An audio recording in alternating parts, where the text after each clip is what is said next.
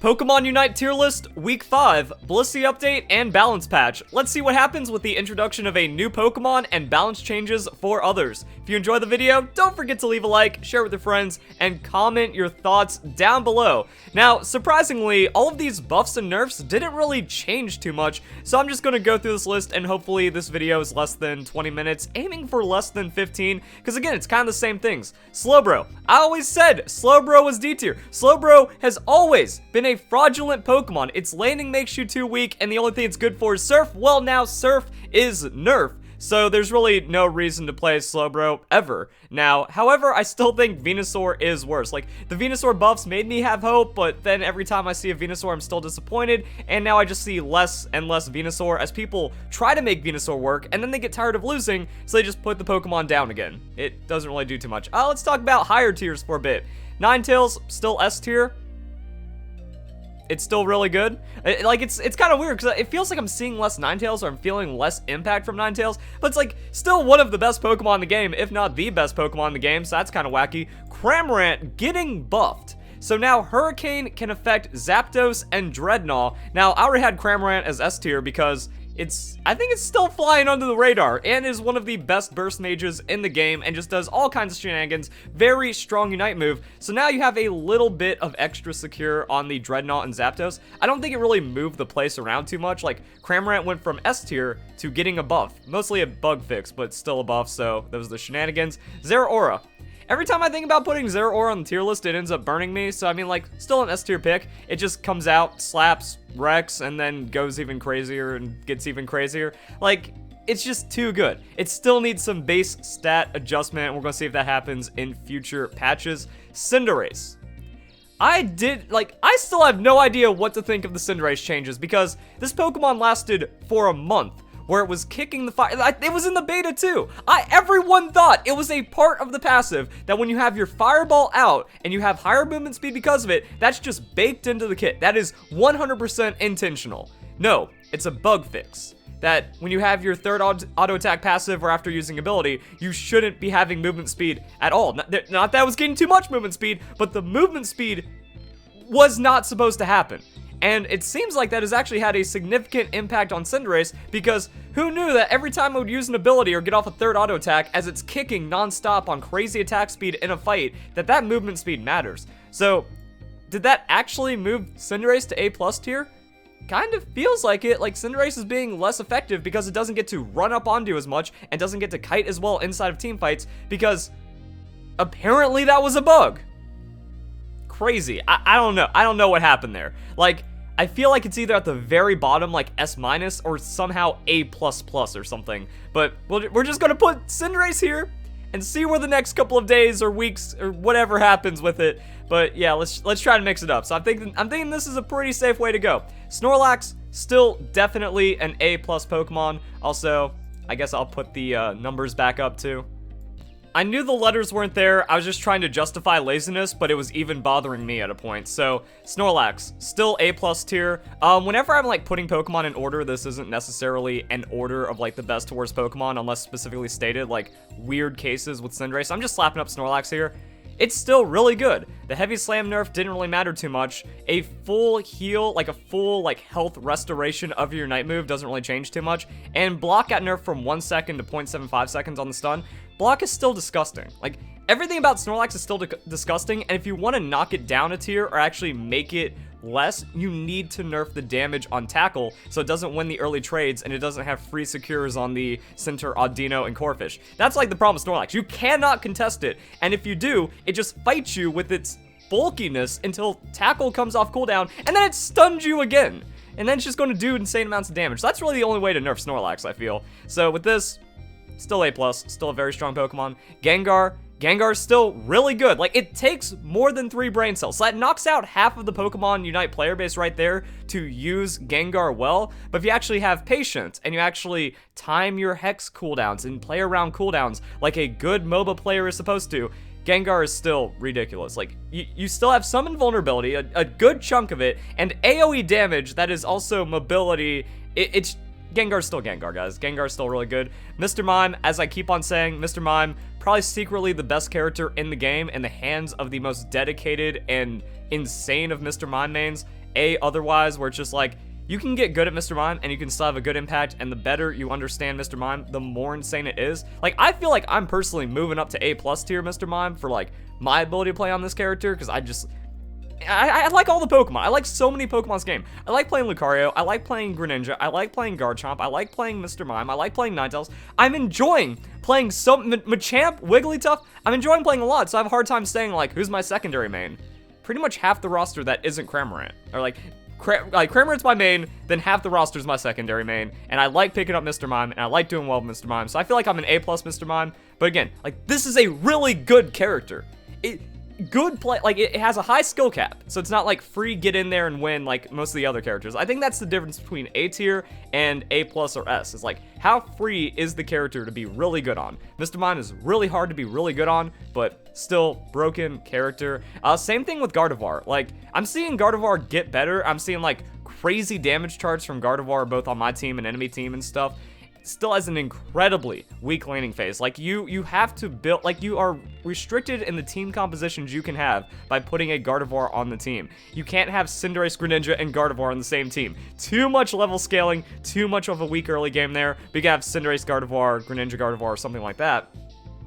And also, it's still hit and miss. It's impossible to land every Future Sight. I think Future Sight is coming out as pretty fraudulent, and Psyshock is the best moveset. But even then, Psyshock gets a little tricky, especially with all the mobility in the game. Like, you put a Psyshock out there, and then a Machamp, a Garchomp, a Lucario, they see what that is, and they just run into you, and you have nothing to defend yourself with. I mean, you do have Moonblast, but it's not that insane. And then you're still really squishy. Unite move is also really strong. But I mean, it's just one of those things, like, reliability issues, high skill cap, definitely an A tier character. It's just like a better Pikachu or something. So we got that going on. Let's see, who else do we throw?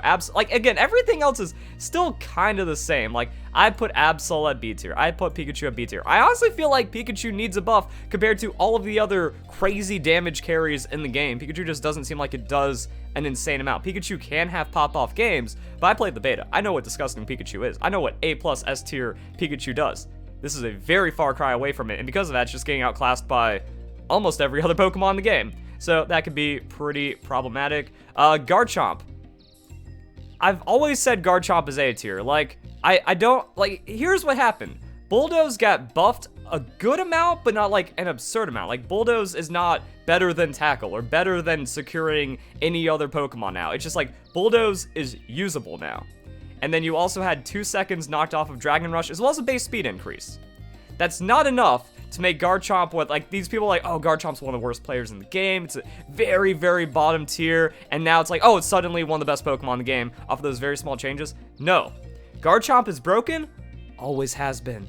I've been saying that for weeks because I know what this Pokemon's capable of. It's like Greninja in the way that you have to be incredibly patient with it. But like, also, like, the more you play Garchomp, like, if you just play patient and you're understanding, like, okay, I'm going to lose the early game, I'm going to lose the mid game, and then I pop off on the late game, if you just get that Garchomp time in there, you're like, oh, wait, I have, like, this little opportunity. Like, level 3 Gible can win 2v2s if you're a good Gible player. So now that just becomes slightly more reliable, but I mean, like, and also if you have, like, really good support or really good laner with you, like, it's not always bad. And now, if Garchomp gets ahead, it just gets ahead easier and faster and even more insane. So I feel like Garchomp gets moved to A+, and maybe Garchomp has always been A+. I'm just conservative on the A because of, like, what it takes. But now I'm seeing Garchomp be way more devastating inside of its games. So things to take note of. Like, Garchomp, it went from great to great-er, maybe? Still really good character, guys. Like, all you all sleeping on Garchomp just had no game sense from the beginning, and that's being exposed. Lucario's still insane. Crustal's still insane. Greninja got nerfed. Still insane. Water Shuriken, not the play. Always pick Surf. Water Shuriken got a buff, but not enough of a buff. The Smokescreen nerf is kind of meaningful, but when you have an 80 carry in the game, like, you kind of need it. And then Cinderace is better than Greninja. I still hold true to that, especially with, like, the nerfs. And they both got nerfed, but it's whatever. Like, Cinderace still the best. Greninja, still insane. You need one on your team. Like, now, like, when Pokemon Unite first came out, I'm like, composition doesn't matter. Just play, like, the 5, like, just get, as long as everyone's on their best character, you're gonna have a good time. Nah, as, like, the game has developed and the meta has developed, like, you need an 80 carry for that DPS on Dreadnought and Zapdos. Also the insanity of just like punting 800 damage at people every half second on the outskirts of the game-winning team fight. You kind of need that. Or like Greninja doing chunks of damage, or not even chunks, chips of damage, and then coming in and getting like the execute on its auto attack or surf or something. And then, yeah, it's starting to come together, but these two Pokemon are just pretty strong. Talonflame, gonna drop that down into C tier. You might notice like I had a B+ tier, and I just removed it for like B tier and C tier because like that's effectively what it's become. So I played Talonflame. I went 100% win rate, 3 out of 3 wins in Talonflame.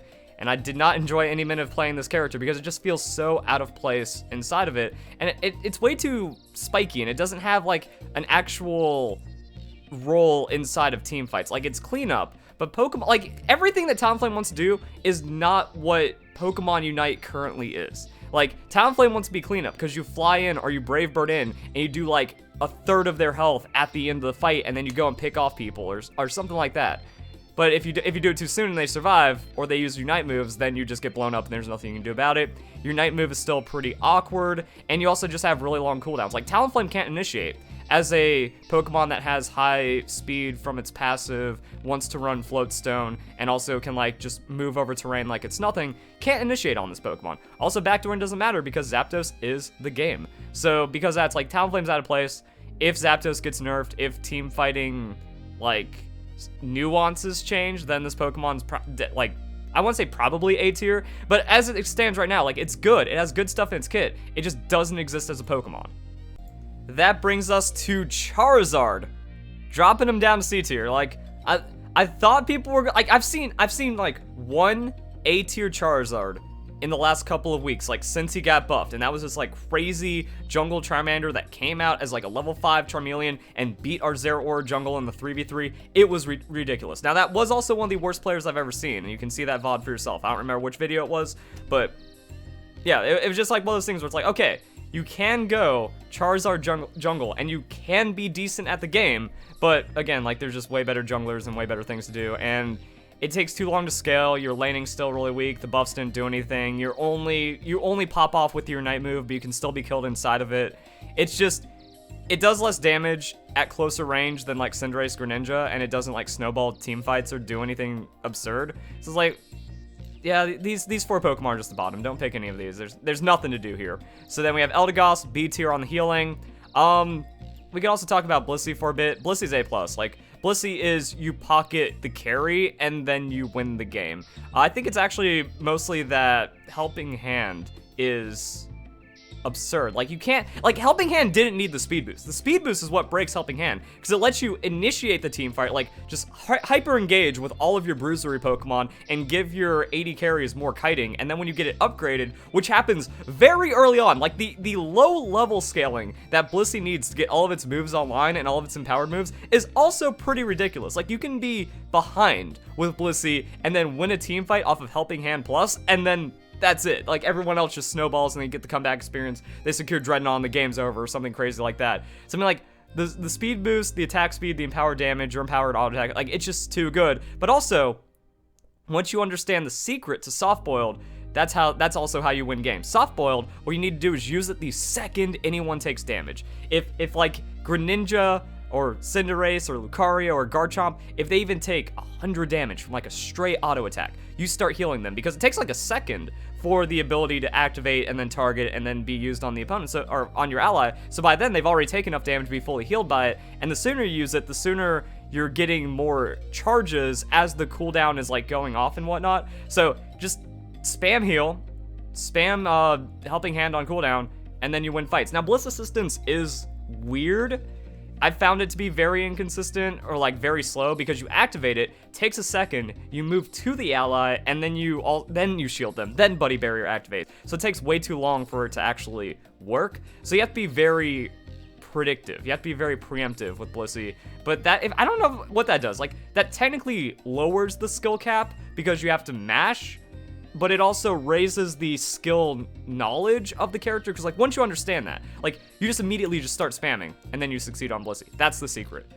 And I don't think that's good for the game, because the reason why Eldegoss got nerfed is because you just use everything on cooldown and then it multiplies power too much. Now, it was AoE healing and shielding to an absurd degree, so I think now there's like, they do different things. Like, Eldegoss is good if you have Pikachu on your team, if you have Cramorant on your team, if you have Ninetales on your team. Blissey is good if you have all the A+ tier characters on your team. So, Blissey multiplies this power better than Eldegoss multiplies power. Like, Blissey doesn't do anything if you have special attackers on the team, because you're not getting as much benefit from like the auto attack stacking and all that other stuff. And if you're trying to like heal a frail character, you're going to have a bad time because they just get popped, and now there goes all your damage and you're a Blissey, so it's effectively a 3v5.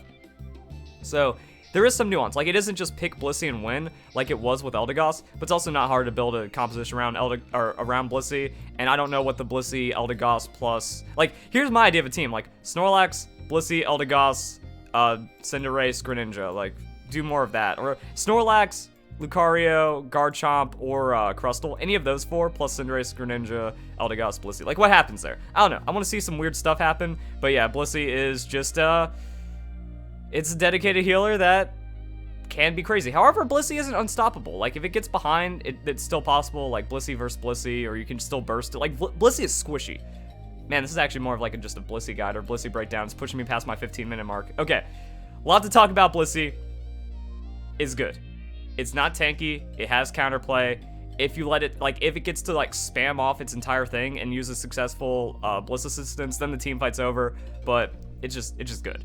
Next up, we have Wigglytuff. Tough tier still exists, I don't know. Sometimes Wigglytuff feels A tier, sometimes Wigglytuff feels B tier, sometimes it feels D tier. Like, sometimes it just stops existing inside the game, sometimes its early game is A+ tier. So, like, let's just put in B. It's just good. It got buffed, it's tanky, it's ridiculous. Sing isn't the way to go, rollout's still better. Slap into rollout, reset into slap, into rolling out like a choke and then bouncing someone 10 times. It's pretty cool, but your Unite move is sloppy because you're inside their team and you're not Unite moving for your team, and Mr. Mime is just a better pick.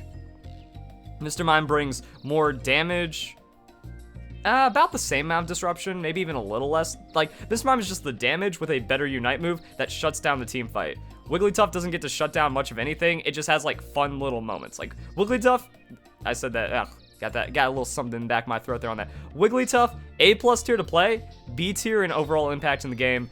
Mr. Mime, just learn Mr. Mime instead right now. Unless you want to have fun on Tough, you definitely can. Also takes over lanes. Like, it's good, but it doesn't have carry potential. Mr. Mime has carry potential. Then Machamp, A tier, A+ tier, A+ tier. It Unite moves, it's unstoppable. Well, its Unite move doesn't make it literally unstoppable. Like, Unite move, submission, unstoppability. You choose one person, they get KO'd. You punch a couple other people and then use the rest of your Unite move, the barraging blow, and then that's 3 kills right there. Like, Machamp uses its Unite move, you're wiping out more than one person and potentially the entire team, and it's just absolutely ridiculous. Also, level 5 submission gank or level 5 submission in lane, really strong. Just like playing into the Pokemon's power, like, it's always good. Like, Machop is good with bulk up.